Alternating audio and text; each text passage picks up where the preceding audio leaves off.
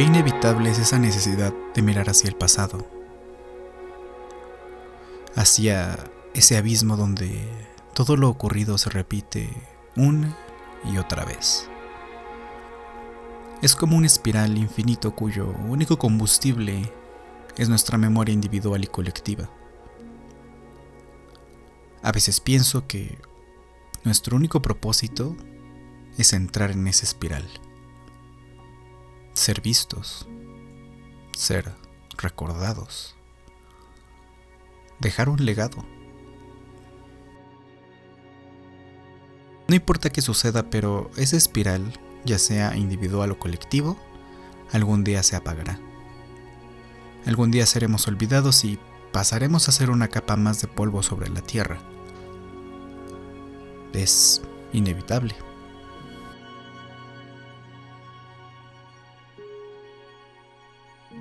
Constantemente comparamos el pasado con el presente y pensamos en cómo todo ha cambiado. Un rostro, un lugar o incluso una vida entera.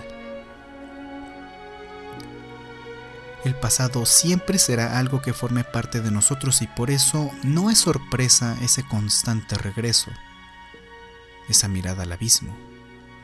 Esa búsqueda de la reinterpretación de la que hemos sido espectadores los últimos años en medios como la música, los videojuegos, la literatura y, por supuesto, en el cine.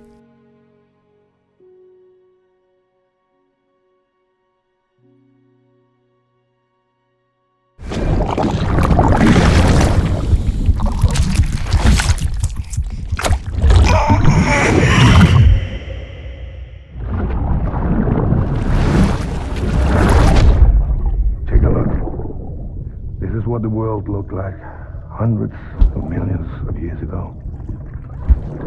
It was just one big continent. And do you know what this is?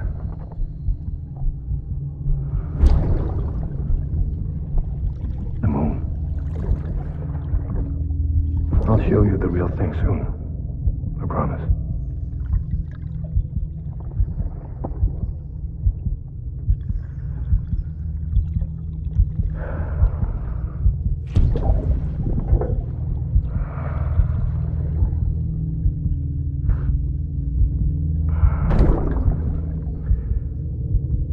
Wide world will be yours to explore. You'll be able to go wherever you want, even the moon.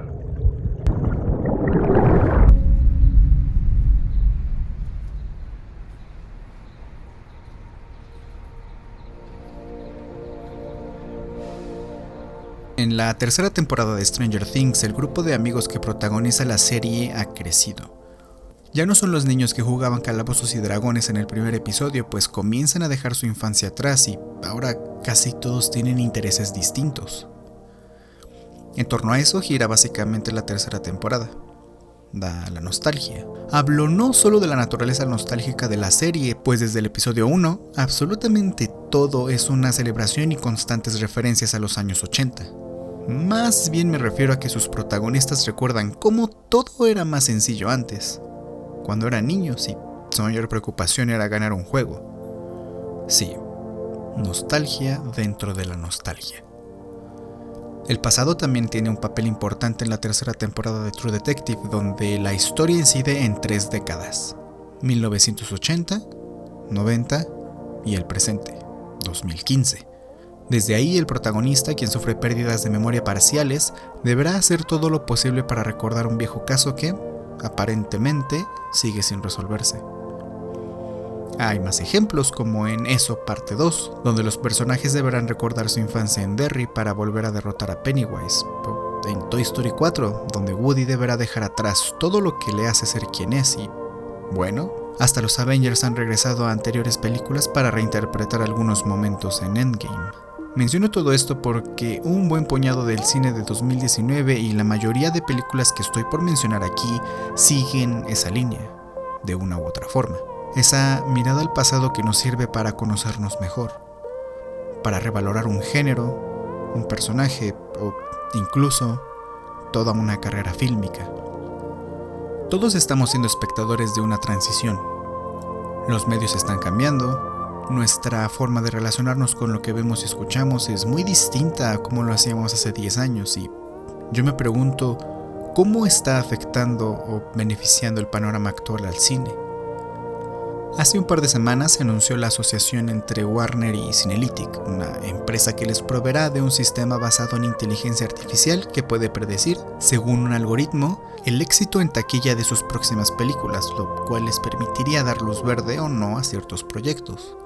Quizá no es algo para escandalizarse. Netflix, por ejemplo, sabe cuál es su audiencia y seguramente fabrica su contenido a partir de algoritmos, pero también podría ser el comienzo de un escenario donde lo único que importa es darle a la gente lo que quiere. Y no está del todo mal, pero tampoco creo que sea lo mejor.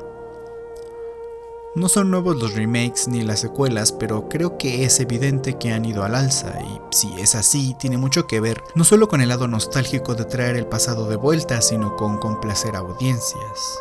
Y es por ahí donde quiero comenzar.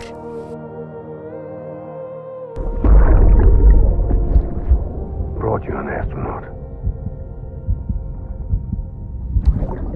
Mankind can go anywhere, even outer space.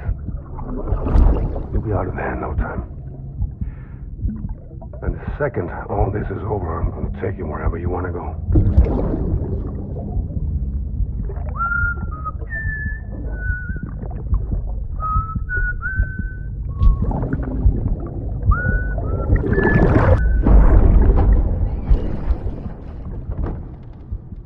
Can I help you?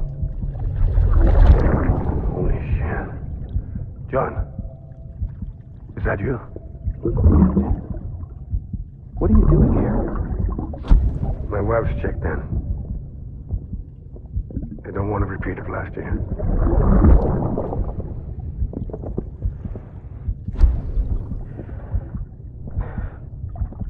I'm so sorry. I didn't know.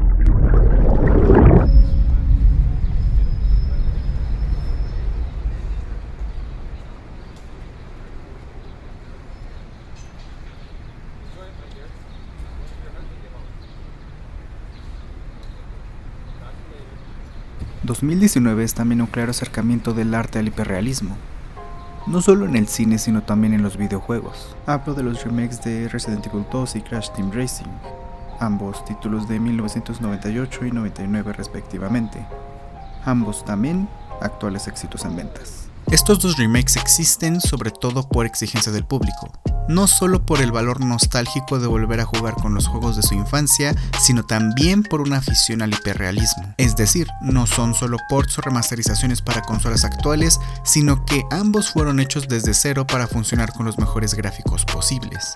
Por supuesto que en Crash se sigue con ese mismo espíritu de caricatura, pero tiene detalles que, evidentemente, no había en el original, como texturas, sonidos o rayos de sol entrando por la cámara. Resident Evil se va un poco más allá. Ahora el juego es más oscuro, los zombies son más difíciles de matar y puedes ver cómo se les revientan las partes del cuerpo a medida que les disparas. Pero la pregunta es, ¿por qué? ¿Todo esto es necesario? Desde hace un par de años comenzaron los remakes live action de Disney y por supuesto no tenían otra razón de existir que la demanda del público y la reinterpretación y explotación de clásicos del pasado. No es necesario, pero en el caso específico de Disney sirve para 3 cosas: hacer dinero, por supuesto, complacer al público y, a los ojos de la compañía, corregir sus errores del pasado. Me refiero a que Disney es una compañía gigantesca que es dueña de prácticamente toda la industria del entretenimiento audiovisual más popular. Tienen Marvel Studios, Pixar, Star Wars y ahora también Fox y Hulu. Por supuesto que a estas alturas lo más importante para Disney es mostrarse como un ser de bien ante el público y no como un cerdo capitalista que quiere monopolizar la industria. Esto lo hace mediante pequeños detalles para simpatizar con movimientos como el LGBT o el feminismo. Es decir, no es que siga una filosofía, sino que simplemente adopta la parte de un movimiento que le ayuda al marketing. Por esa razón, remakes como Dumbo, El Rey León y Aladdin, por ejemplo, se reinterpretan en buena parte, no solo visual sino narrativamente, pero hay mucho que se pierde en esa transición. En la original Dumbo hay una escena donde el pequeño elefante se emborracha, pero en esta nueva versión está claro que el mensaje es distinto porque los pequeños no deben consumir alcohol y, bueno, el resultado es este. Y por supuesto todos esos elementos considerados racistas en la original ahora ni siquiera existen. Otro ejemplo es en la nueva Aladdin, donde Jasmine tiene todo un tema donde canta y dice todo lo poderosa que es, pero apenas termina la canción y es capturada. No creo que esté mal dar esos mensajes, pero son artificiales y hechos más bien por obligación y marketing que por una ideología, y ese afán por el moralismo y el hiperrealismo hacen que elementos que definían visualmente estos clásicos se pierdan. En la nueva Dumbo, por ejemplo, hay una referencia a la escena de los elefantes, pero está muy lejos de ser tan icónica y visualmente atractiva como la original. En el remake del Rey León hay más ejemplos, comenzando desde el diseño de los personajes y la paleta de colores. Simba, por mencionar un caso, será todo lo tierno que quieras, pero no es distinguible de cualquier otro león de un documental. Lo mismo con Scar y Mufasa y prácticamente cualquier otro personaje. Ninguno tiene algo que le represente, pero si miras la versión original, cada personaje tiene algo particular e inconfundible. Desde la forma en que se ven hasta cómo se mueven e interactúan con su entorno. El remake parece más estático, aunque sí se ve muy real. Es incluso impresionante, pero a cambio se pierde algo esencial. Pero no se detiene ahí. A nivel directivo también hay pérdidas sustanciales por la naturaleza hiperreal del proyecto. Por ejemplo, la muerte de Mufasa sigue causando impacto, pero si comparas cuadro a cuadro, la original tiene más energía. Simplemente por cómo Mufasa mira a su hermano y sabe que lo va a soltar. O por cómo puedes ver el dolor en los ojos de Simba al ver caer a su padre. Tampoco se terminan de ejecutar ciertos momentos musicales o de comedia. Es decir, siguen ahí pero son más tibios. Cuando Scar canta con las hienas no es tan teatral ni tampoco tiene todos esos colores que hay en la escena original, por ejemplo. Tampoco se dejan momentos como Timón bailando con una falda porque se habría visto ridículo. Sí, entiendo que no se hizo porque todo es más realista, pero eso solo refuerza el hecho de que lo hiperreal únicamente le resta a la historia. ¿Qué caso tiene entonces reinterpretar esos clásicos animados? Entiendo la curiosidad por ver cómo se vería tal cosa con ese filtro hiperrealista, pero ¿eso significa que cada 10 o 20 años se reharán nuevamente estas películas con las nuevas tecnologías? Y si se trata de corregir mensajes, ¿por qué no crear nuevos y ver las antiguas películas como un producto de su tiempo en lugar de ignorarlas y pretender que nunca existieron? Hay algo interesante en el rastro que dejamos como especie, ya sea bueno o despiadado. Eso me lleva a preguntarme qué dejaremos en este mundo y cómo nuestro pasado nos ha llevado a ser lo que somos. Take BB and get out of this place. There's nothing I can do for your wife. I'm sorry. Now, if she orders me to do something, I have to do it. I have to. but I served under you first.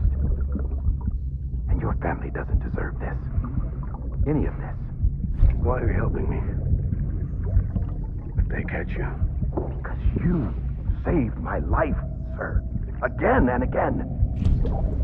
When the brass sent us into the jaws of hell, it was you that brought us home.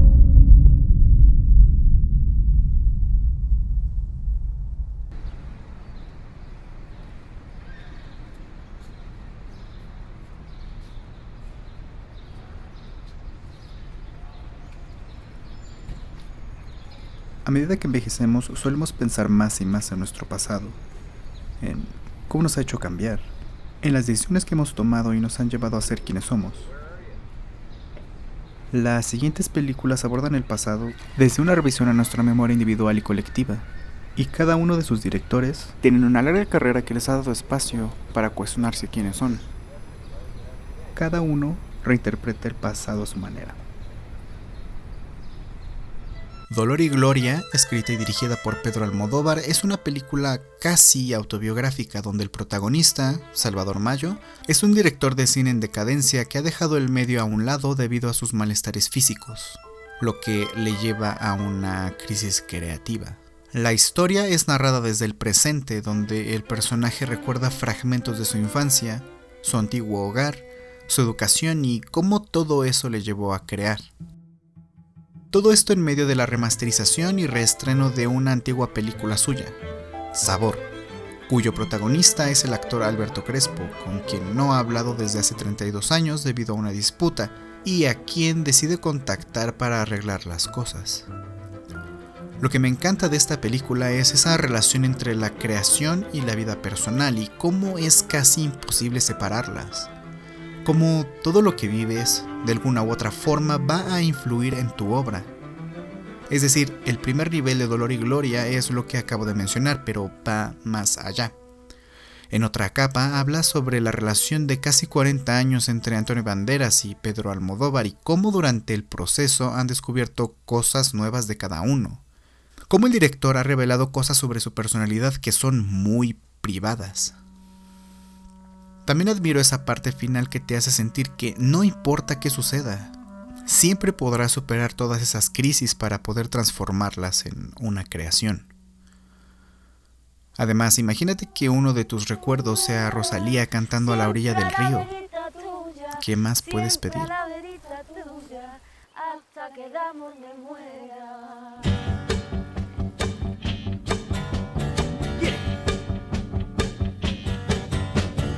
En Once Upon a Time in Hollywood, Quentin Tarantino reinterpreta, al igual que en Bastardos sin Gloria, un evento histórico. En este caso, la muerte de la actriz Sharon Tate en manos de la familia Manson. Lo primero que quiero destacar es cómo Tarantino no glorifica a Manson mostrándolo como alguien poderoso. Si en Bastardos Hitler es mostrado como una caricatura, en Once Upon a Time in Hollywood Manson es presentado así. Y ya, no le volvemos a ver. Lo digo porque la película no es sobre él, sino que trata de un montón de cosas. En primer lugar, es sobre reinterpretar la historia de Sharon Tate, pues aquí no solo vive, sino que quienes son brutalmente asesinados son aquellos que la mataron en la vida real. Es como un cuento donde te imaginas que una persona inocente no es masacrada en su casa. La intención principal es mostrar a Sharon como lo que era, una persona, y no como una víctima de asesinato. Por eso le vemos simple y sencillamente viviendo su vida, conviviendo con sus amigos, bailando, comprando un libro o viendo una película en el cine. Sharon Tate representa esa inocencia que nos caracteriza en nuestro estado más puro. Crear y ser feliz con ello, sin mayores ambiciones. ¿Por qué no mantener todo eso vivo por siempre, al menos en un recuerdo? Por otro lado, tenemos la historia de Rick Dalton, el vecino de Sharon Tate, quien es un actor en decadencia, y de su doble de escenas de acción, Cliff Booth, quien tiene mala reputación por, supuestamente, haber asesinado a su esposa. Lo interesante de la historia de Rick Dalton es cómo él ha ido perdiendo relevancia como actor, siendo ícono de un género que está desapareciendo. Se siente perdido e incapaz de hacer bien su trabajo en una industria que le está dejando atrás. El comentario es interesante, pues el mismo Tarantino es un director veterano que está presente en una transición. El medio está cambiando a un mundo digital en el que es muy probable que todos quedemos inmersos. En esta, su novena película, Quentin Tarantino es consciente de lo que se espera de él y evita repetirse. Once Upon a Time in Hollywood no es tan escandalosa como Pulp Fiction o Kill Bill. Aquí vemos un trabajo de un director más maduro, que sabe cuáles son los elementos que le caracterizan y sabe cómo utilizarlos. Y hablando de eso, de perfeccionar tu estilo como director y al mismo tiempo reflexionar sobre todo tu trabajo, tenemos The Irishman de Martin Scorsese.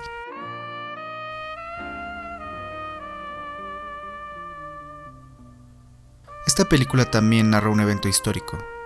Trata sobre el irlandés Frank Sheeran, quien desde un asilo para ancianos nos narra la historia de cómo se convirtió en asesino a sueldo hasta ser un gran amigo de Jimmy Hoffa, líder del sindicato de camioneros en Estados Unidos. A lo largo de la historia vemos la transformación de Frank, un hombre que poco a poco se va quebrantando, pues ese mundo le exige demasiado. No solo asesinar, sino traicionar en contra de su voluntad. Es interesante ver cómo Scorsese aborda estos temas, siendo él, además de los actores protagonistas, alguien a quien se le destaca por sus películas sobre la mafia. Quizá el contrapunto más evidente es Goodfellas, donde todo es más llamativo, pero en The Irishman todo es más obvio. Es una historia que va perdiendo gracia y se convierte en algo deprimente. Lo digo como algo positivo. Esto no es únicamente una decisión de estilo, pues visualmente nos muestra lo escueto y doloroso que puede llegar a ser matar a alguien, lo triste que es ir en contra de tus deseos y tomar una decisión difícil. Desde el minuto 1 se plantea a dónde va esta película. Hay un plano secuencia que atraviesa el asilo, como buscando entre todos esos ancianos hasta que encuentra a uno más, Frank Sheeran. Hay otros detalles muy interesantes, como la forma en que Frank expresa sus emociones. Siempre le vemos con ese rostro firme y adusto, pero llegado un momento, por un par de segundos, puedes ver el dolor que hay en su mirada. Otra forma de expresar lo que siente es a través de la misma violencia. Por ejemplo, cuando cumple las órdenes de alguien es tan sencillo como: pero si se trata de alguien que molesta a su hija,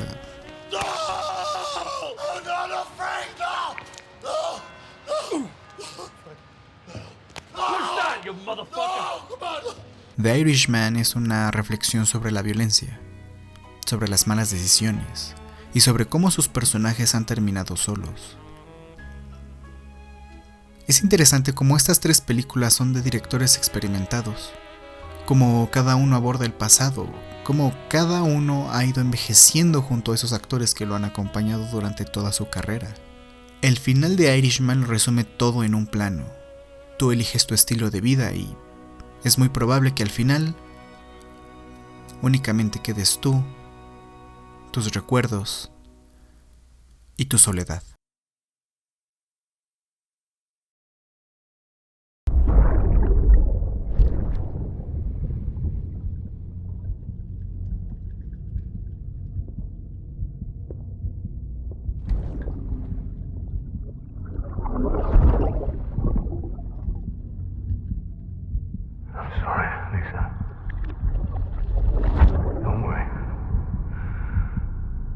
Take care of it. I promise you.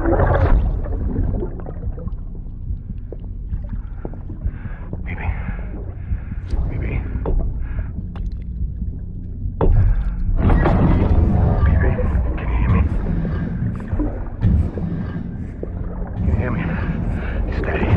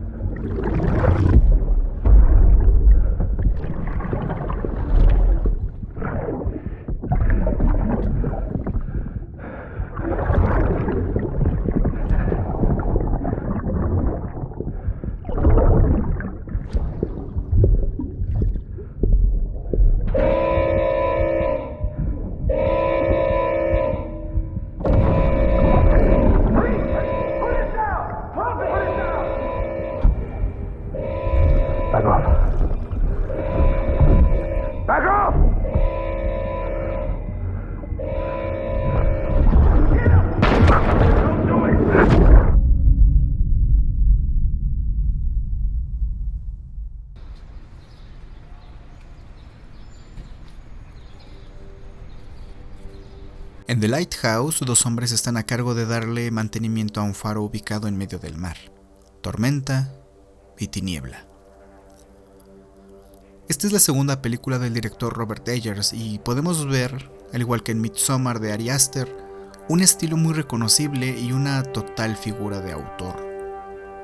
En The Lighthouse, al igual que en The Witch, Eggers sigue explorando la oscuridad de la naturaleza humana mediante el folclore de siglos pasados para mostrar cómo hay temas que nunca estarán obsoletos. Seguimos viendo influencia de pinturas y dibujos para componer sus planos, los animales como presencias malignas y, así como en La Bruja, la atmósfera se convierte en una presencia opresiva. Si algo me gusta de esta película es que es más ambigua que The Witch porque a cambio deja más terreno a diferentes interpretaciones. Esto sin dejar a un lado sus temas evidentes. Locura, envidia, obsesiones, deseos y desesperación atormentan a sus 2 protagonistas.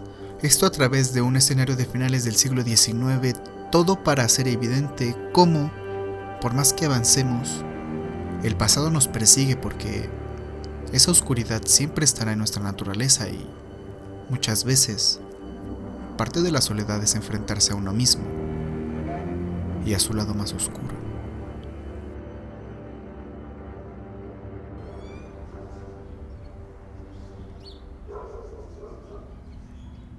A veces es difícil ver lo mal que haces las cosas.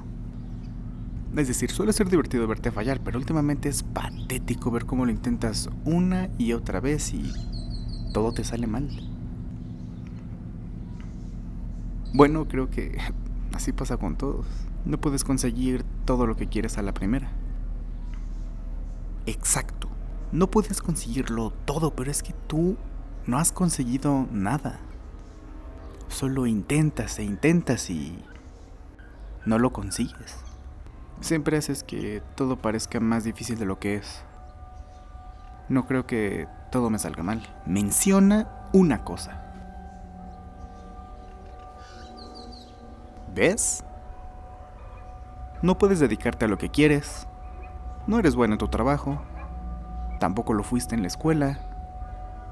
Eres una constante decepción para todas esas personas que te conocen. No es verdad. Nada de lo que estás diciendo es verdad. Eso es lo que piensas. Todos esos pensamientos positivos son una fantasía. Todos esos proyectos, esas iniciativas por crear algo interesante. Mírate. Ni siquiera sabes si vas a poder terminar esto. Eres un fraude.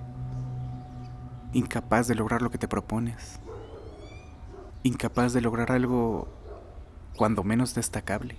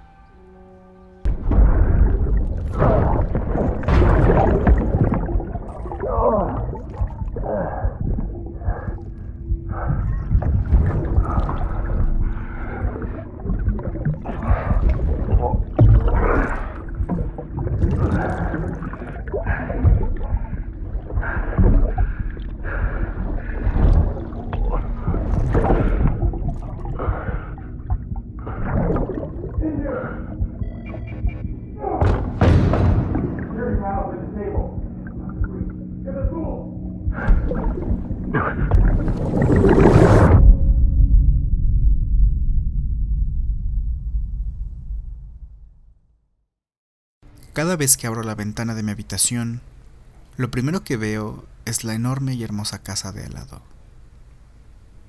Siempre imagino cómo es por dentro, lo elegantes que deben ser sus muebles, lo grandes que son las habitaciones, la cocina, la sala. No voy a mentir, me encantaría vivir ahí. Jugar con mi perro en su gran jardín, estacionar un coche bonito y descansar en la comodidad de una gran habitación. Ese es el sueño y la esperanza de cumplirlo siempre estará ahí.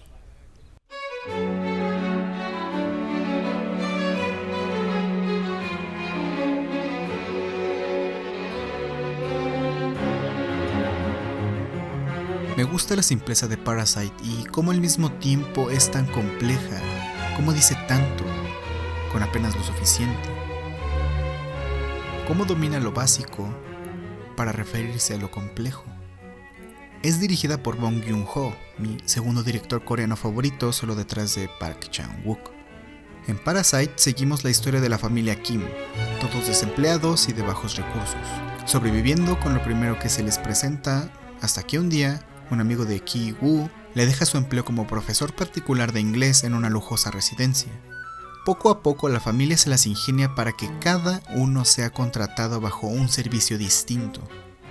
Es importante mencionar que todos en la familia son buenos en algo, pero simplemente no han tenido ni tendrán la oportunidad de crecer, siendo esto reflejo del mundo en que vivimos, porque podrás tener talento, podrás ser bueno en muchas cosas, pero si no tienes dinero, casi todas las veces eso no te sirve de nada.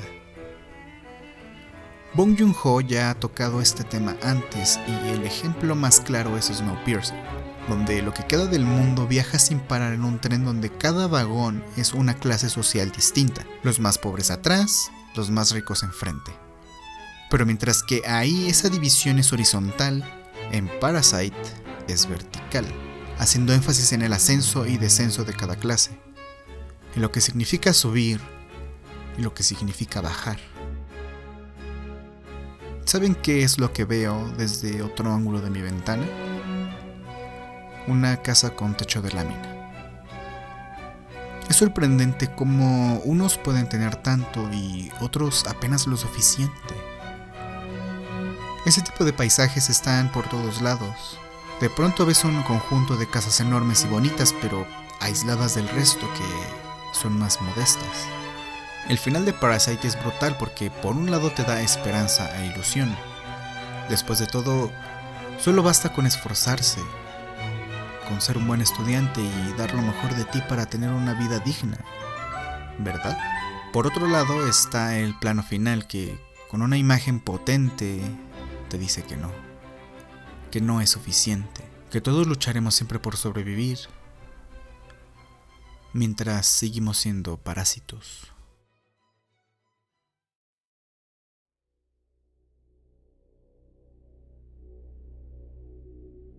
Por otro lado, todos hemos tenido esa fantasía de ganar la lotería y ser millonarios, o de hacer una apuesta tan loca que nos haga asquerosamente ricos. Con ese constante deseo vive Howard Ratner, el protagonista de Uncut Gems, lo nuevo de los hermanos Josh y Benny Safdie. Esta es una historia asfixiante que refleja a la perfección lo que es tener ese deseo recurrente, esa fantasía y cómo el protagonista hace de todo para conseguirlo. Howard es un adicto a las apuestas, tiene muchas deudas y también una joyería donde vende todo tipo de artículos. Pero un día consigue una piedra muy especial, un ópalo que le ha llegado directo de Etiopía. A su tienda llega el jugador de básquetbol Kevin Garnett, quien al mirar la piedra parece tener una extraña conexión con ella. Se la pide prestada a Howard por una noche, pero al día siguiente no se presenta para entregarla. Desde ahí todo es ver la desesperación de Howard por recuperarla y al mismo tiempo su desesperado deseo por apostar, cada vez con más riesgo y cada vez con más esperanza de acertar. Esa ambición del protagonista se refleja también en su matrimonio, pues tiene un amante, mostrando cómo, aunque lo tenga todo, siempre va a desear tener más. Mientras, Kevin sigue obsesionado con la piedra, usándola como amuleto pues piensa que le ayuda a ganar partidos. Uncut Gems es un reflejo de nuestra ambición, de cómo, Muchas veces estamos dispuestos a lo que sea por dinero y de cómo, por absurdo que pueda ser, por mucho que tengamos, estamos dispuestos a rendirnos ante la fría y brillante superficie de lo material.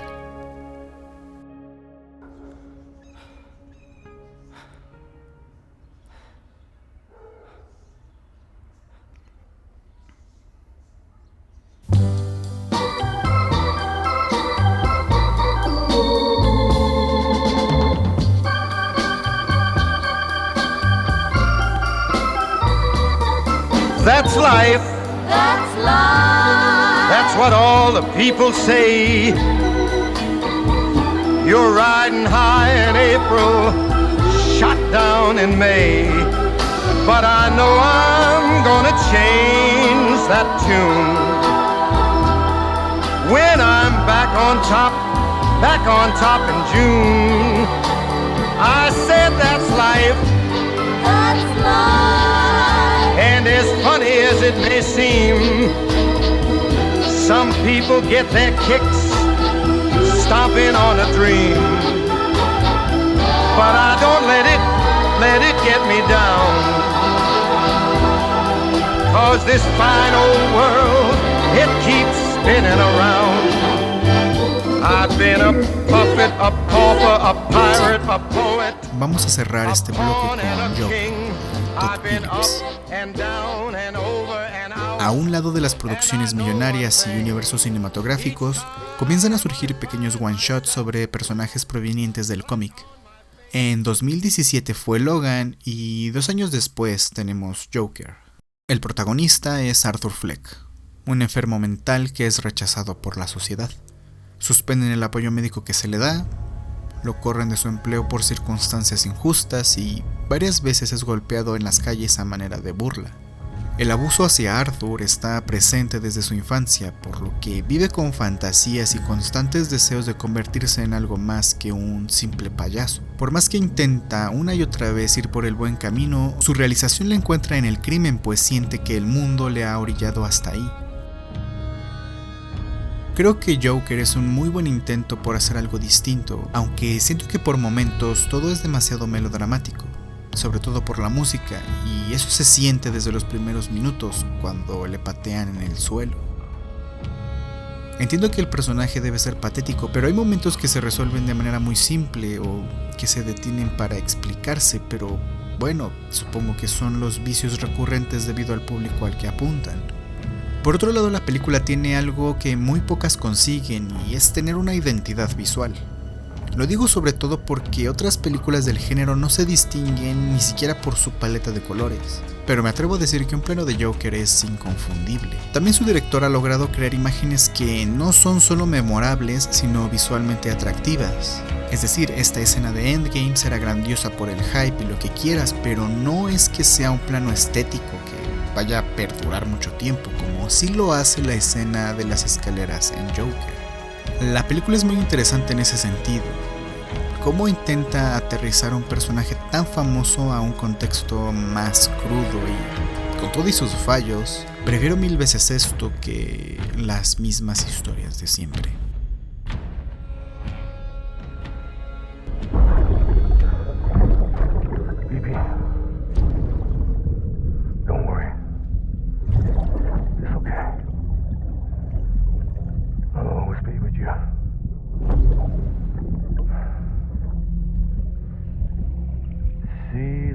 Sunset, the day is ending.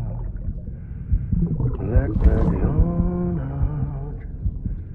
There's no pretend. I will hold you and protect you. Let love warm you.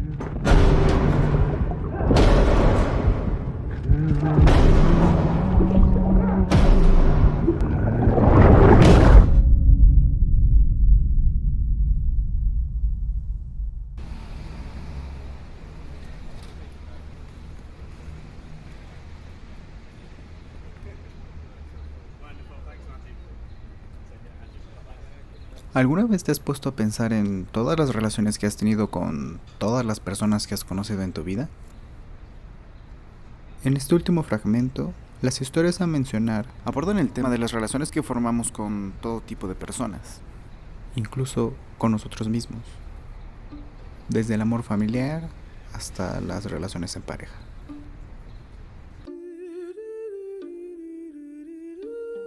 The Farewell, escrita y dirigida por Lulu Wang, nos cuenta la historia de la joven Billy, quien vive y trabaja en Estados Unidos, y su estrecha relación con su abuela, a quien, por costumbre, llama Nai Nai y vive en China. El asunto aquí es que Nai Nai tiene cáncer terminal, pero ella no lo sabe, pues la familia ha decidido no contárselo hasta que el final esté cerca, cosa en la que Billy está en rotundo desacuerdo. Para que todos puedan reunirse con Nai Nai por última vez, organizan una falsa boda como pretexto para que ella no sospeche. Es ahí donde todo entra en conflicto, pues parece inevitable disimular el sufrimiento de perder a la abuela mientras ella, ingenuamente, sigue su vida normal. Billy quiere decirle la verdad, pero su familia lo impide porque así es su cultura. Prefieren cargar ellos con todo ese dolor, y contarle todo sería simplemente quitarse la culpa y lavarse las manos. Al final todo es un lío complicadísimo y todos son cómplices de esta mentira. Es una historia muy sencilla y también muy sincera. Admiro mucho cómo es ejecutada y cómo te hace preguntarte ¿qué harías tú?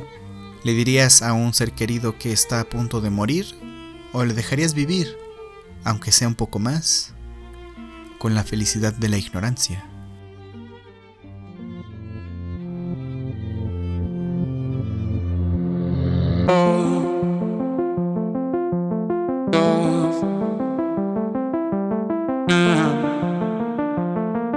You're the one.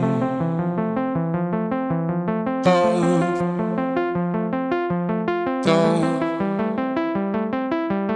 love, that you're the one. En Perdí mi cuerpo, una película del director francés Jeremy Clapin, seguimos la historia de una mano cercenada que está en busca de su cuerpo. Durante el camino recuerda cómo era la vida antes de ser cortada, cómo su dueño tocaba y agarraba cosas con ella, las diferentes texturas y momentos que vivieron juntos. Al mismo tiempo vemos la historia del joven Naufel, quien perdió a sus padres siendo apenas un niño. Su vida es bastante aburrida, no tiene amigos, se dedica a repartir pizzas en motocicleta y no es que lo haga bien, de hecho es bastante malo. Es un joven que no sabe a dónde se dirige su vida, pero tiene el valiente pensamiento de que podemos desafiar el destino haciendo algo que nada ni nadie se esperaría, como saltar al vacío. La vida de Naufel cambia una noche en que, para variar, entrega una pizza tarde y parece tener una conexión con la chica que hizo el pedido. En este caso menciono menos detalles porque creo que es mejor no saber más. Solo comento que me agrada cómo las historias de amor han cambiado, cómo estamos tan lejos de temas tan anticuados y repetitivos. Si ya la vieron o cuando la vean sabrán a qué me refiero. Perdí mi cuerpo es una pieza excepcional de 2019 que hay que descubrir para conocer un poco más sobre nosotros mismos, sobre a dónde vamos y lo frágil que puede ser nuestra vida.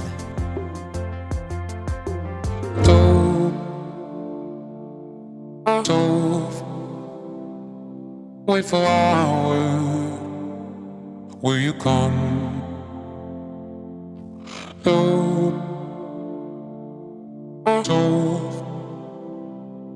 Wait for hours. Will you come?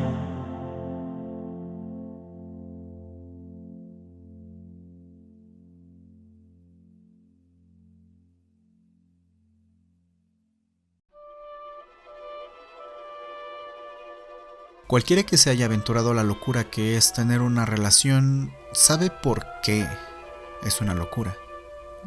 Sabe lo difícil que es compartir la vida con alguien más, hacer sacrificios por alguien más y ceder por alguien más. Algunas otras personas no solo saben eso, sino que también saben lo que es tener hijos. La siguiente película es Marriage Story del director Noah Baumbach, donde vemos la historia de Charlie y Nicole, una pareja que está en proceso de divorciarse tras varios años de matrimonio. Charlie es director de teatro mientras que Nicole es actriz. Bueno, ¿recuerdan el video sobre La La Land y cómo mencionaba lo absurdo que era que Seb y Mia no trabajaran juntos? Bueno, en Marriage Story sus protagonistas sí lo hicieron y tampoco es que les haya ido muy bien. En la película, poco a poco, todo se convierte en una pelea sobre cómo ganar en términos legales, sobre todo porque tienen un hijo y ambos tienen aspiraciones en ciudades diferentes. Esto llega al punto de acusaciones ridículas y discusiones que solo sirven para sacar sus resentimientos. Marriage Story deja claro, por si no lo sabías ya, lo difícil que es vivir con alguien más, lo complicado que es hacer de dos vidas una. Además, tiene muy buenos detalles como ver constantemente a Charlie y a Nicole en el mismo plano, pero separados por algún elemento. O como que sus respectivos temas en el soundtrack tengan fragmentos parecidos, como insinuando que siempre habrá un poco, o mucho, del otro en ellos.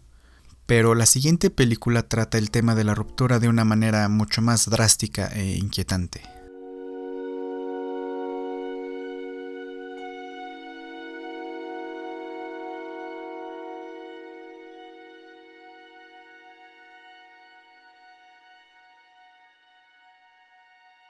Midsommar es la segunda película de Ari Aster. Al igual que en su ópera prima, Hereditary, vemos una historia protagonizada por el sufrimiento a causa de una pérdida y cómo este puede llevarte a una serie de decisiones y acontecimientos aún más desconcertantes. Midsommar es protagonizada por uno de los seres más perfectos del universo, Florence Pugh, quien interpreta a Dani Ardor, un personaje que, desde el principio, es mostrada como una mujer infeliz. La relación con su pareja parece ser distante y sus problemas familiares la mantienen preocupada. Cuando Dani sufre una horrible pérdida, su novio Christian decide invitarla a un viaje a Suecia que ya había planeado con sus amigos desde meses atrás. El viaje consiste en visitar a los Harga, la comuna ancestral de Pele, uno de los amigos de Christian. Ahí serán testigos de las peculiares festividades de la secta. Una de las características principales del cine de Ari Aster es cómo retrata el sufrimiento. Siempre es desgarrador al grado en que puedes sentir cómo esos personajes se rompen por dentro, y no solo emocional, sino físicamente. La fragilidad humana se ve expuesta en su cine de manera constante, pero mientras en Hereditary muchos de sus eventos son causa de lo paranormal, en Midsommar son producto de la locura de sus personajes. Además, el director está logrando algo que a mis ojos es bastante complicado: ser reconocido por un estilo, todo tan limpio, tan estático, como si los personajes y escenarios fueran su casa de muñecas. El final es simplemente brillante, pues, al igual que en Hereditary, parece que ha triunfado el mal, pero en el caso de Midsommar, su protagonista tiene un final feliz, de una manera muy retorcida, y ese último plano es una resolución total del personaje. Ahora está en su mejor momento, ha dejado su pasado atrás y solo le queda sonreír y mirar hacia adelante.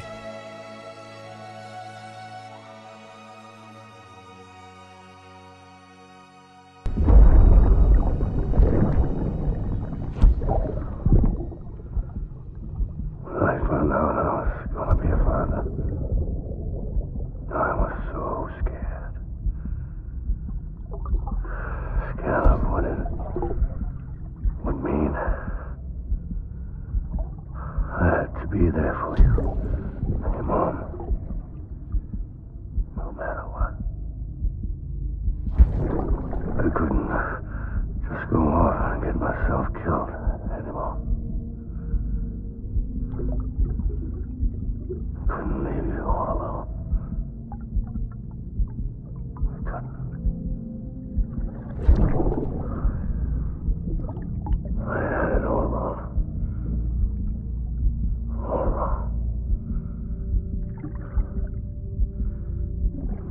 Father didn't make me scared. It made me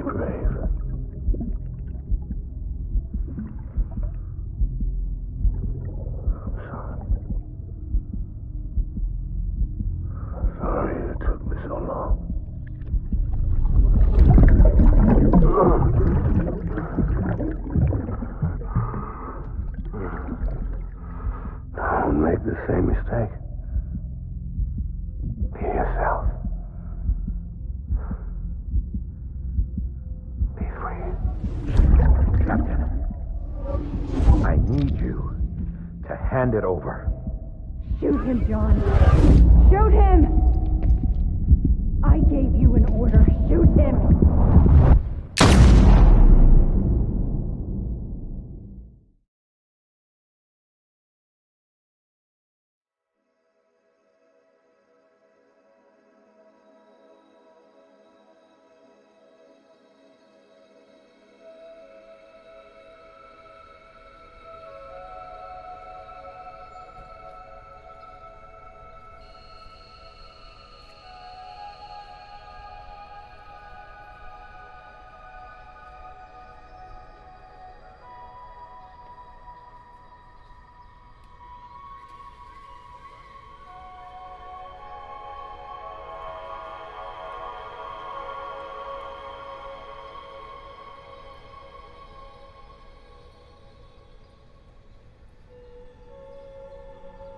En 2019 obtuve un trabajo que consistía, en términos prácticos, en caminar todo el día por lugares que no conocía.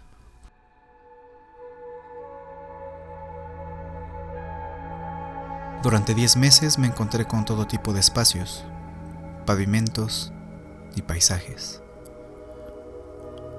Perros callejeros, cariñosos y feroces. Eran 8 horas diarias, 6 días a la semana, caminando para encontrar casas.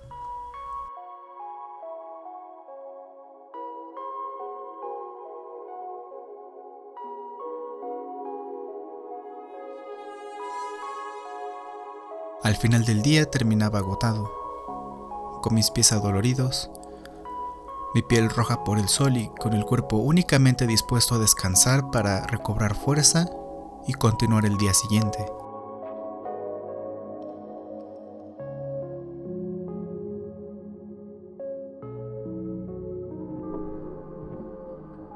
Era un trabajo en el que el 90% del tiempo estaba solo, o si lo preferías podías quedar con algún compañero cercano y comer juntos, pero yo no lo prefería.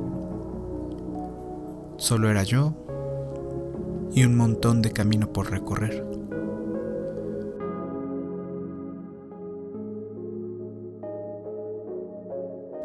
Pero, ¿por qué menciono todo esto? Porque eso me ha traído hasta este punto, junto con cada una de las películas que acabo de mencionar. Todo me ha traído hasta aquí. A concluir esto, hablando de Death Stranding.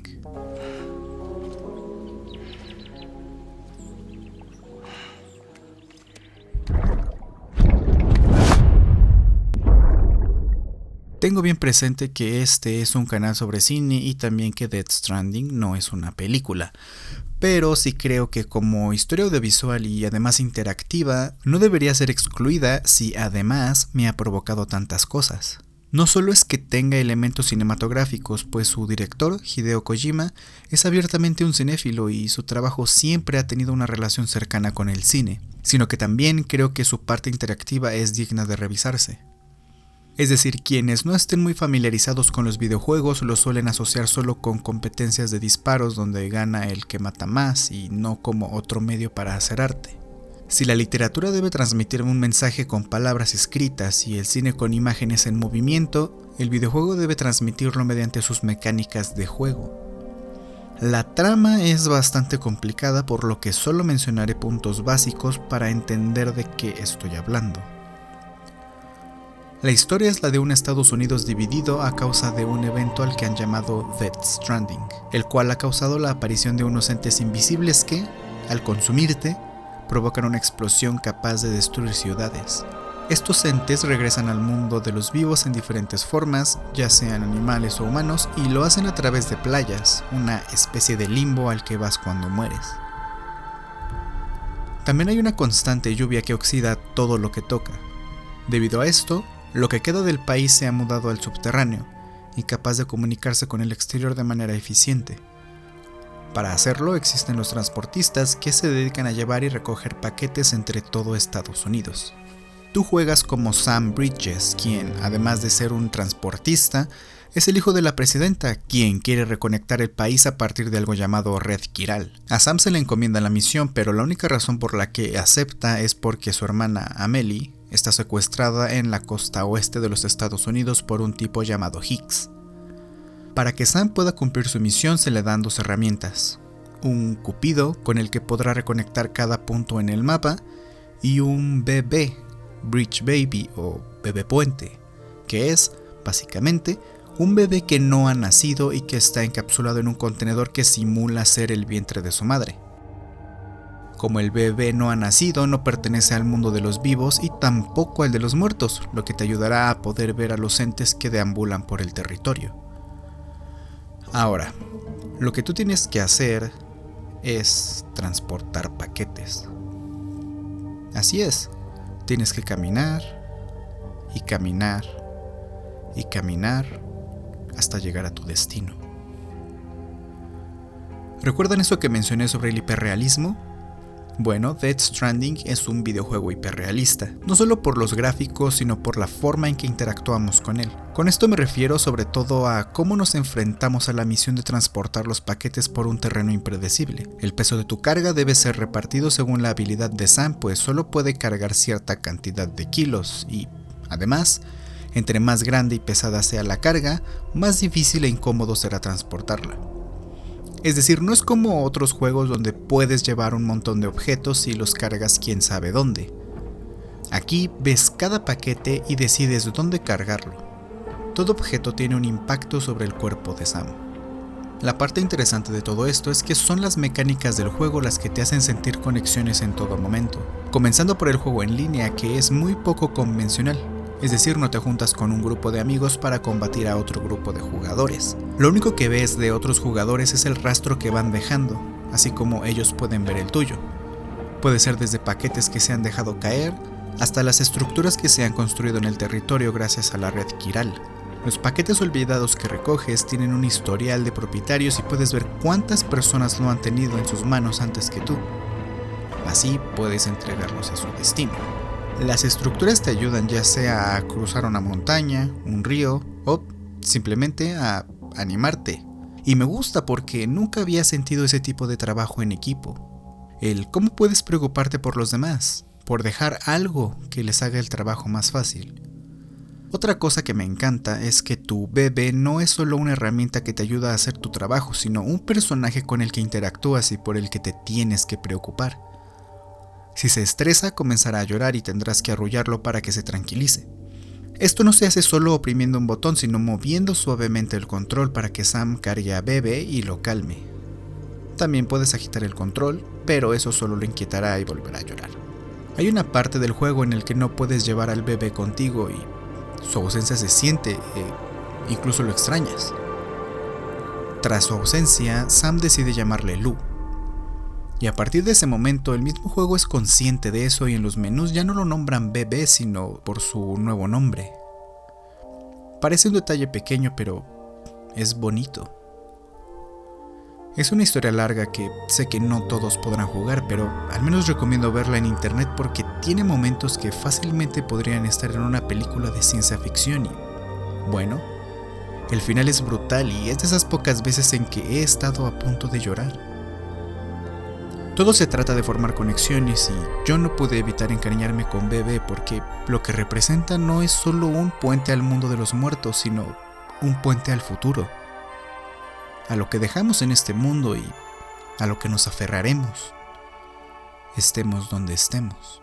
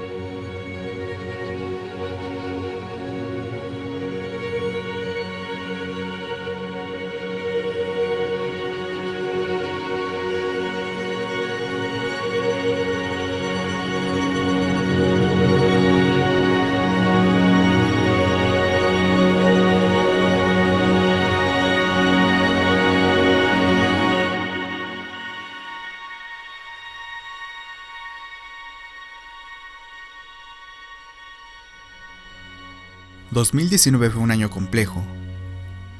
Fue el año de las imágenes memorables.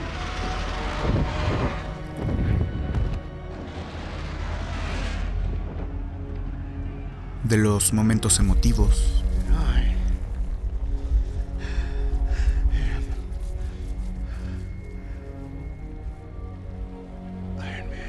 Fue el año de quienes continúan luchando. The eyes of all future generations are upon you. And if you choose to fail us, I say we will never forgive you. Sin duda el mundo sigue siendo un lugar extraño y peligroso. Muchas personas vamos a la deriva, esperando dar ese salto al vacío.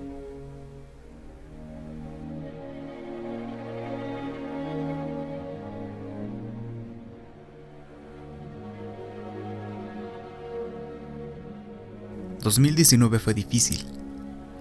Cada vez me siento más lejos de esto, de hacer lo que me gusta. Pero por otro lado está esa parte que se aferra, que sigue adelante y que, contra todo pronóstico, ha terminado esto. 2019, 2020, 2021, cualquier momento es bueno para dejar atrás lo que sea que te impida seguir adelante.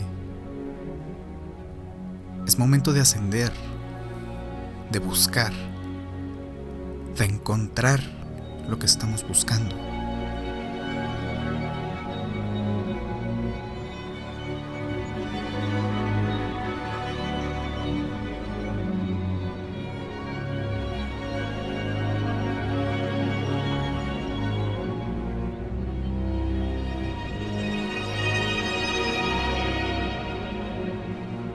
Nuestro pasado siempre estará ahí, recordándonos cómo nos ha llevado a ser lo que somos. Ahí estará nuestro abismo, para que le echemos un vistazo de vez en cuando. Siempre voy a recordar cómo te puedes reinterpretar, cómo puedes cambiar lo sucedido, al menos en una película. Siempre que pase frente a una casa lujosa, recordaré a los parásitos. En mi memoria quedará el misterio del faro, del ópalo mágico, de la mano que deambula por el mundo. Do you believe in fate? No, seriously. Siempre tendré presente lo importante que es dejar un rastro, lo especial que es dejar algo para los demás, algo que les haga la vida menos difícil. And we just follow that path? Yeah. And that you couldn't change a thing? We think we can, but it's an illusion. Unless we do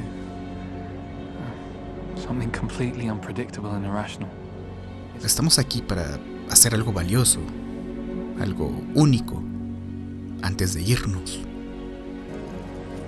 Something like what? Something, it could be, I don't know, anything. Estamos aquí para amar a alguien, para preocuparnos por alguien, para hacer que otra persona se sienta bien. Say you're walking peacefully. You pretend to go one way, but you fake it and you go the other way. You deviate. Quizá el mundo empeore. Quizá cada vez sea más complicado existir y sobrevivir, pero siempre tendremos la oportunidad de crear algo que lo haga todo menos difícil y, sí, seguramente sufriremos para hacerlo. Pero, en palabras de la escritora Josefina Hernández, crear es arrojarse a un vacío aparente que debemos llenar con la confianza de nuestro trabajo. Es un acto que requiere valentía y, si no la tienes, ¿cómo pretendes crear algo?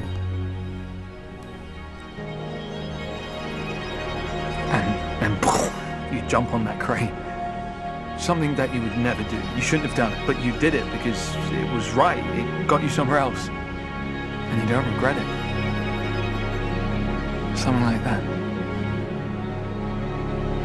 And then what?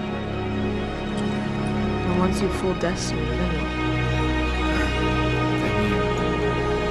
Then you don't let it catch up to you. You barrel through and cross your fingers. Quizá por momentos predomine la angustia, el miedo al futuro, la incertidumbre o simplemente el miedo a hacer algo nuevo. Pero no importa porque siempre habrá una razón para sonreír.